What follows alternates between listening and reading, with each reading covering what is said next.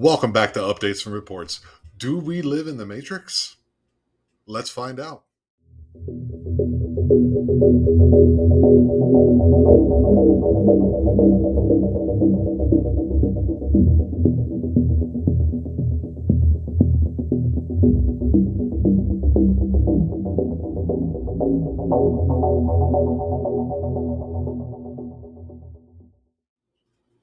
So, do we live in the Matrix? Interesting question. One might propose. It's been quite a bit of a hot topic over the last couple of years. Maybe even before that, the Matrix movies that came out in '99 and the subsequent ones that came out in 2003 and four or five, something like that. Not quite as good as the original, but yeah. So, do we live in one? It's quite an interesting development has happened recently where I don't know if the researcher scientists, I don't know quite who's doing this exactly. I don't know the names of the people. I did see the gentleman's face, but I do not remember who he is or who they were. It is called the red laser effect. So what is the red laser effect? So they are taking, I imagine, low doses of, not imagining, but this is what they said. They've taken DMT, also known as dimethyltryptamine, and red lasers. And if you look at them in a certain angle, of course, you can't put lasers in your eyes. And you put the laser, it's a red laser, by the way, and you put it at a certain frequency and you sit there at a certain angle, you can actually see code. And the code is supposedly looking like Japanese, let's see if I pronounce this correctly, katakana. I think that's correct. If I am incorrect, please tell me below, which I'm sure you will anyway. These symbols seem to look like katakana symbols of the Japanese language. We all know that the Japanese language comprises of three different alphabets, and I don't know which one that is. So, what is DMT? What is all this stuff? If you guys know anything about me, I'm a big fan of Terence McKenna and his brother, or the late great Terence McKenna and his brother Dennis McKenna. These are both self-proclaimed astronauts with psychedelics. I am not here promoting psychedelics, as you all know. I only take pharmaceutical drugs that are then been okayed by the FDA. Anyhow, so these substances. Terence has himself taken them. If you know anything about Terence McKenna, he was kind of like a prophesizer of sorts. He did get one of them wrong. I can't think of the name of it right now. It's something like the end of the prophecy 2012, but he might have been right too in the end. Maybe 2012 was the beginning of the cycle in which we are now becoming awake, and channels like myself, the Eye, are then coming to light. Giving you guys this information and telling you to look it up yourself. I'm just giving you guys what I know about it so far.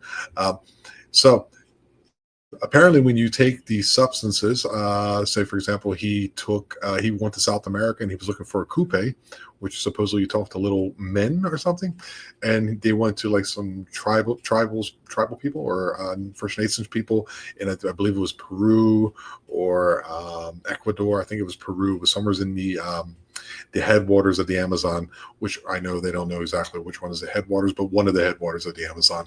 And there was a mission there, and behind the mission in the church in the field, there was cows. And instead of finding this coupe they were looking for, they actually started taking these psilocybin mushrooms, and they had a very interesting experience. They were very powerful. And his brother Dennis was like, what we can do with these.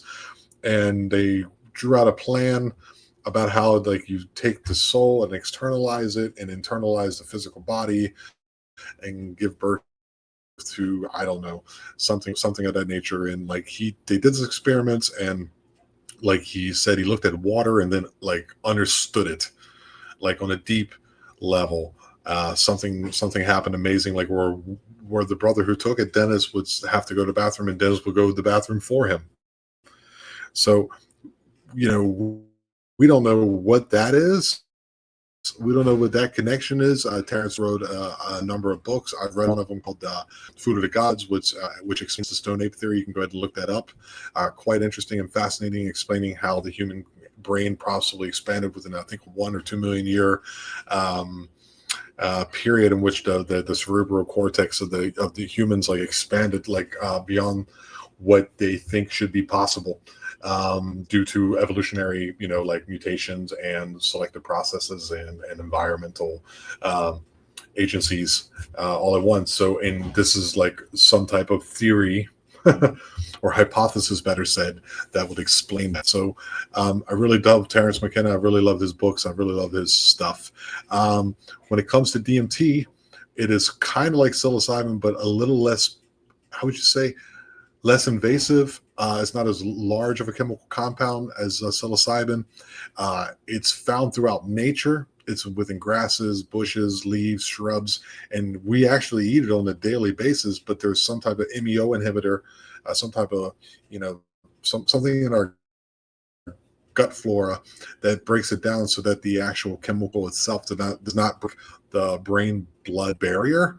Um, it's very, very interesting that our bodies would do that because, well, it actually kind of makes sense because you imagine everyone just eating a salad and walking around and, looking at, kaleidoscopes and, apparently if you take this stuff and it's very powerful. It's anywhere between 15 minutes and like an hour and a half tops. And like all reality like breaks away. You shoot through a wormhole, you go to this like space in the middle of space time, and you talk to these entities made of light that talk to you like telekinetically, and tell you not to give into the astonishment and to try to recognize, look what I can do. I can create words, I can create sounds, I can create colors and light with my mind, that we are all consciousness or something of this nature. Because just like in that Tool song, Rosetta Stone, which is connected to Lost Keys, Blame Hoffman, it talks about Albert Hoffman and his creation of LSD. Once again, I'm not trying to say it's a good thing, I'm just saying this is what is out there, guys. Like the song talks about a guy who wakes up in a hospital bed and has this profound message from the other side and wants to purvey it, and like the other side told him that you are the secret, you are the key, this is a message of hope for those who hear it and a warning for those who don't. But they gave me the message and I didn't graduate high school, and he can't remember the message because he forgot his pen, which is what happens also, guys. Like, if you have a dream, unless it's a very horrifying dream that burns in some other part of your mind, we can't seem to remember, or it dissipates very rapidly when we try to remember it. So Dr. Richard Strassman, this is a book I read because DMT was first brought to my attention by the Joe Rogan experience and his experiences with this chemical compound or this substance. Apparently, DMT is also part of the third eye. Don't know if I said this because I've had to record this video multiple times. And it's like also released endogenously in your sleep, possibly. It is a lot going on there. It's a weird thing. Like we'll have this chemical compound in our brain. I don't know what to make. So that's in there. Dreaming, weird experiences where you can't remember. Dr. Richard Strassman, who for some reason in his book DMT, the spirit molecule. I'm sure you guys can see the book cover right now as I speak. I wrote this book after listening to Joe Rogan because I was very interested in the subject.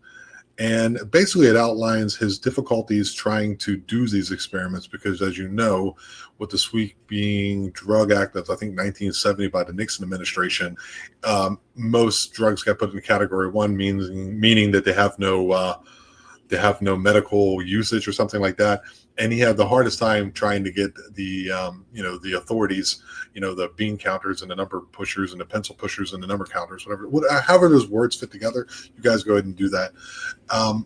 And that was part of the book, but most of the book was him talking about having these people who signed an agreement saying that they will take this experiment, do this experiment, take this illicit drug, and recount their experiences to their best of ability while they were still living it. Because when you come out, supposedly it's kind of hazy and it takes a long time for reality to kind of reconstruct itself. So he would sit there and annotate that, and you also look at their vital signs and all that together and under a clinical setting. And I think it was in the University of New Mexico. It's been 10 years since I read it, so I'm not quite sure if that information is accurate, but very interesting. So he would write this down, and it was really wild, guys. We're talking about people on ice planets. We're talking about people in machinescapes. We're talking about self-transforming machine elves, like Terrence McKenna said. It's a very fascinating topic and has always intrigued me. In this new, one more time, let me take a look over here. Red laser effect experiment, which has been what's the word? Replicated apparently 146 times, where more than one person can look somehow through the laser beams at a whiteboard where they cross or at an angle, and they can see these symbols, like, and it's like pointing out, like, oh, do you see that hammock here? And, like, you guys see it, I see it, like, yes. Oh, do you see this red cabinet over here? Yes. Like, it's been duplicated and replicated so many times that it's like kind of undeniable at this point. But of course, the scientific, complex probably won't look at it because, of the laws that are already in place. But it's very interesting nonetheless. There's these, like, reality breaks down to code. I don't know what to think of that. I don't know what to make of that. But this chemical compound, as well as these lasers together, are giving us the ability to see this with the naked eye, and it's astoundingly fascinating to me.